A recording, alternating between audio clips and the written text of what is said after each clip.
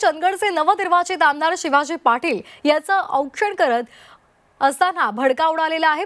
चंदगड तालुक्यातील महागाव इथे शिवाजी पाटील यांचं काही महिला औक्षण करत होत्या आणि त्यावेळेला मोठ्या प्रमाणात गुलाल उधळण्यात आला आणि भडका उडाला।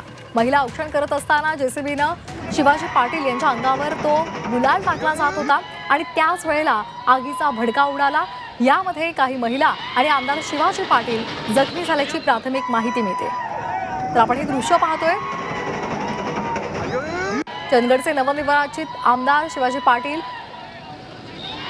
यांना महिला ओवाळत होत्या आणि त्याच वेळेला जेसीबीद्वारे गुलाल टाकला जात होता आणि त्यावेळेला एकच अचानकपणे गोंधळ उडाला, कारण गुलाल पडत असतानाच आगीचा भडका उडाला।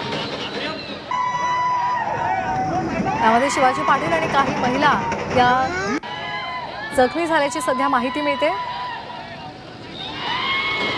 आगीच्या भडक्यामध्ये काही महिला आणि आमदार शिवाजी पाटील जखमी झाल्याची सध्या प्राथमिक माहिती मिळते। आगीच्या भडक्यामध्ये नूतन